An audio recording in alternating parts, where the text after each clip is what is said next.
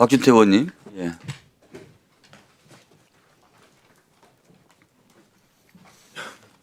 예, 국민의힘 박준태 의원입니다. 공수처장께 묻겠습니다. 화면 좀 봐주시죠. 1월 15일에 윤석열 대통령 사건과 관련해서 체포영장 이외에 압수수색 영장, 통신영장 등을 서울중앙지법에 청구한 적이 있는지를 묻는 주진우 의원 자료 요구에 공수처는 그런 사실이 없다 이렇게 답변을 했습니다. 맞죠? 네, 그런 맞냐고요? 나간 적이 있지만은 우리 그 맞죠? 파견 직원이 이 부분에 대해서 좀 이 체포 영장에 대해서 묻는 됐습니다. 것으로 좀 속단하고 좀 잠깐 시간 표현에 좀 있어서 중단해 주시죠. 적절하지 않게 나간 것은 인정합니다. 예. 처장님, 이렇게 답변을 하셨잖아요. 맞죠? 네, 다음 장 인정했습니다. 봐주시죠. 예. 이틀 뒤에요. 1월 17일 대통령 압수수색 영장, 통신영장을 서울중앙지법에 청구했는지 제가 물었습니다. 답변하기 어렵다 이렇게 왔습니다. 이틀 만에 답변이 바뀐 거예요. 근데 그런 사실이 없다 해서 그런 사실이 있습니다로 바뀐 게 아니라 그런 사실이 없다 해서 답변하기 어렵다로 바뀐 겁니다. 이때부터 제가 의심을 하기 시작했어요. 같은 질문을 이틀 만에 번복하고요. 주진우 의원실에 냈던 답변을 제가 모를 줄 알았어요? 왜 답변을 바꿨습니까? 그런 사실이 있기 때문에 답을 회피를 한 거죠. 왜 회피를 했습니까? 좀 그런 부분에 좀 이게 오해가 문제가 될 수 있다는 걸 알고 있었기 때문에 거짓말을 한 거죠. 의원님 그렇지 않습니다. 제가 해명하겠습니다. 답변서 이거 이 처장께서 원칙- 직접 결제하신 거예요? 아닙니다. 그러면 이거 답변서 안 보고 나온 겁니까? 설명드리겠습니다. 예, 조금 설명을 들어주세요. 지금 저희들이 수사에 관해서 이런 류의 이제 의원님의 질문이 있으면은 기본적으로는 좀 수사상 답변드리기 곤란하다라고 합니다. 그런데 이제 주진우 의원님께서 먼저 그 질문을 주셨을 때 우리 그 파견받은 직원이 좀 이 법률 전문가가 아니기 때문에 지금 체포영장에 대해서 주로 묻는 것으로 이해한 나머지 파견받은 직원이 답변을 실수했다 지금 이렇게 책임 넘기시는 거예요? 뭐 그렇게 이해하면 됩니까? 아닙니다. 그게 사실이에요? 그런 부분에 있어서 그러면은 여하튼 차장은 봤습니까? 정확하게 이 문서가 하지 않은 국회에 제출된 이 문서를 차장은 봤습니까? 누구까지 결제되어 있습니까? 지금 여하튼 그 당시에 저희들이 최종 결재권자를 말씀에 특정을 해주세요. 수사기획관은 봤어요? 수사기획관이 없는 그런 상태였습니다. 그러면은 실무자가 그냥 국회에다 제출했단 말이에요. 수사팀에 확인도 안 하고요? 그게 말이 됩니까? 좀 그런 측면이 있습니다. 그런 부분에 대해서 지금 정확하게 표현이 안 됐고 저희들은 그러면은 이 영장, 답변은 그다음에 누가 해야 되는 겁니까? 수사팀 대통령에 중에서는 대한 어디서 해야 되는 거예요? 영장. 수사사부에서 해야 되는 거 맞습니까? 의원님 좀 또 답변 주시면 또 제가 또 답변할 수 있는 기회를 주시면 좀 지금 계속 답변을 듣고 있습니다. 네, 그 부분에 대해서 좀 정확하게 좀 답변할 수 있는 기회를 주세요. 예. 이거 국회와 국민을 대상으로 허위 공문서 발송한 겁니다. 이게 문제가 사안이 간단한 사안이 아닙니다.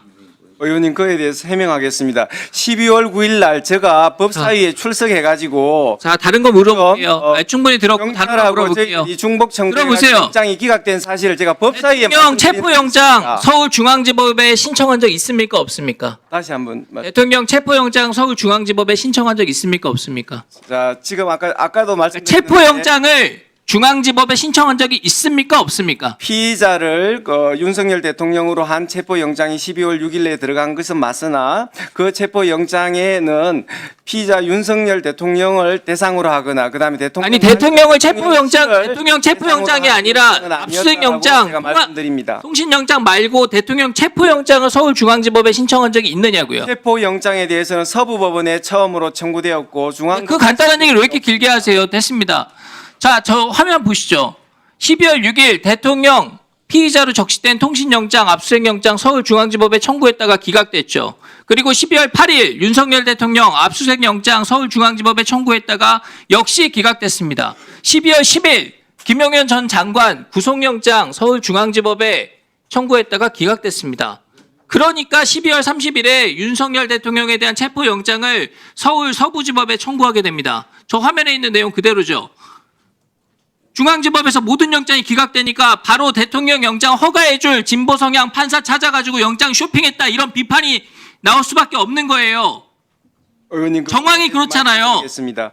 지금 서울중앙법원에 압수수색 영장을 신청할 무렵에는 피의자들이 여러 사람이어서 아까 말씀드렸듯이 아니 좋은데 그러면 왜 남쪽의 처음부터 수사를- 서부지법에다가 대통령 체포영장, 대통령 통신영장, 그다음에 압수수색 영장 신청하지 않았냐고요. 그래서 그 부분에 있어서는 피의자들이 여러 사람이 있어서 다시 중앙법원에 묻겠습니다. 관할이 있어서 서울중앙지법에서 청구했습니다. 영장 다 기각되고 서부지법에 대통령 체포영장을 청구하도록 결정한 사람 누굽니까? 처장께서 직접 하신 겁니까? 수사팀 의견입니까? 저희들이 다 우리 지금 수사팀과 저희들이라는 게 처장께서 결심하신 거예요? 아니면 수사팀 의견을 그냥 수사팀이 판단해서 한 겁니까? 뭐 어떤 공수처장의 결단이 필요 없고 관할 규정에 따라 가지고 그러니까 처장께서 미리 보고받고 승인한 겁니까? 아닙니까? 수사진과 저가 다 나름대로 의사결정에 관여를 해서 그럼 처장께서 결정했다 이렇게 보면 됩니까? 근데 그 얘기를 왜 자료 제출 안 합니까? 주진 의원이 아까 얘기한 이 결심의 경과에 대해서 공수처가 어떤 의사결정을 했는지에 대해서 왜 자료 제출하는데 그거 안 하고 계시는 거예요? 저희들은 답변 의무가 있는 부분에 대해서는 성실히 답변을 드렸고 자, 그동안 공수처가 해온 일들을 한번 자성해 보세요. 내란죄 없는데 수사하고 재직 중에 소추받지 않는 직권남용으로 현직 대통령 수사했고 그래서 헌법 84조 해석을 엉망으로 만들어놨어요. 소추받지도 않는 사건을 수사할 수 있다는 선례를 남겨가지고 앞으로 모든 대통령 다 수사받게 생겼습니다. 관할도 아닌 다른 법원에 영장 쇼핑했다는 얘기 나오고요. 서부지법은 형사소송법 110조, 111조 임의로 적용 배제한다 이런 영장 내줘가지고 문제가 됐고요.